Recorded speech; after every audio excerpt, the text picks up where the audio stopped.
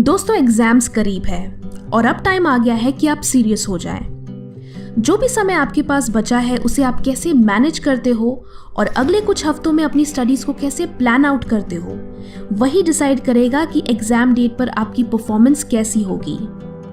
Stay tuned friends, क्योंकि मैं आपको बताने वाली हूँ कुछ ऐसी टिप्स जिन्हें आप इस एग्जाम टाइम में बिल्कुल भी मिस नहीं करना चाहेंगे।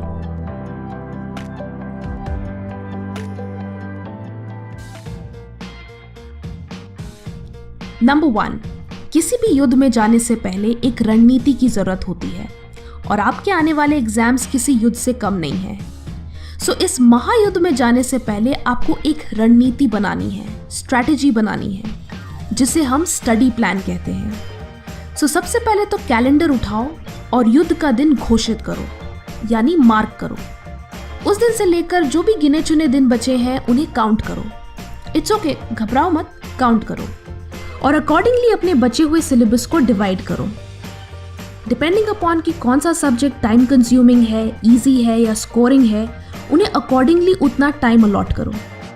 यहाँ पे सबसे ज़रूरी ये है कि अगर आपके पास एक सब्जेक्ट को कंप्लीट करने के लिए सिर्फ 1 हफ्ता है तो आप उस डेडलाइन को सीरियसली लो।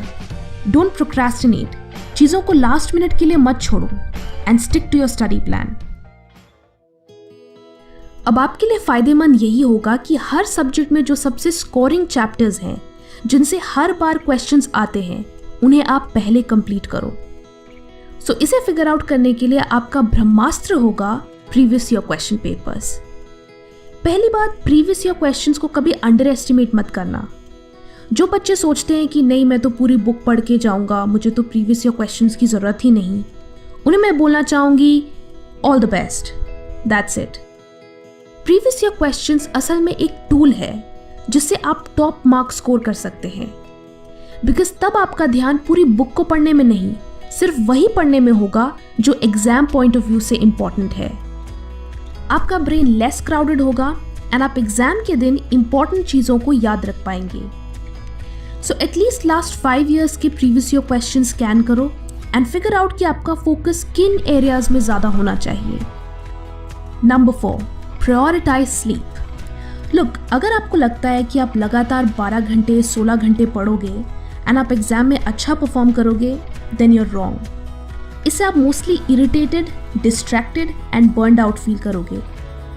ब्रेन को इन्फॉर्मेशन अब्जॉर्ब करने में टाइम लगता है, इसलिए साइंटिस्ट रेकमेंड करते हैं कि स्टूडेंट्स को एक बार में सब कुछ पढ़ने के बजाय थोड़ी देर पढ़ना चाहिए, फिर एक छोटा स्लीप ब्रेक लेना चाहिए और फिर पढ़ाई कंटिन्यू करनी चाहिए, यानी स्टडी स्लीप स्टडी।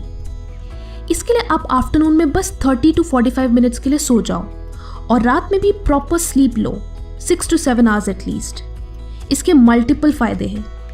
आप जब भी सोकर उठोगे रिफ्रेश्ड एंड रिचार्ज्ड फील करोगे, ज़्यादा से ज़्यादा इंफॉर्मेशन रिटेन कर पाओगे एंड नेक्स्ट डे आपको चीज़ें रिकॉल करने में भी आसानी होगी। बट वहीं अगर आप रात भर पढ़ने की कोशिश करो तो नेक्स्ट डे आप टायर्ड फील करोगे, जिससे आपका ब्रेन फोकस नहीं कर पाएगा और आपको स्टडी मटेरियल भी ठीक से याद नहीं होगा। Number 5, D stress. Exam stressful हो सकते हैं, बट अगर आप स्ट्रेस के ट्रैप में फंसोगे तो आप कॉन्सेंट्रेट नहीं कर पाओगे। स्ट्रेस आपकी बॉडी में कोर्टिसोल रिलीज करता है, जिससे ब्रेन के लिए इंफॉर्मेशन याद रखना मुश्किल हो जाता है। So don't stress about exams. आप अपनी तैयारी पे ध्यान दो और रिजल्ट की टेंशन एग्जाम के बाद के लिए छोड़ दो। स्ट्रेस कम करने के लिए again take proper sleep. Sleep is vital for your mental and physical energy.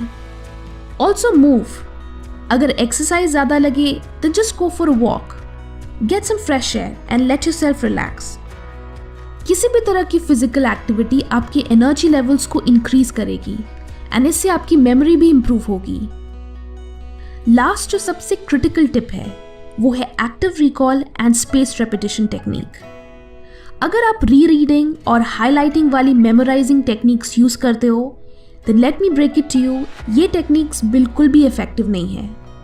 और ये मैं नहीं कह रही, ये रिसर्चर्स कहते हैं।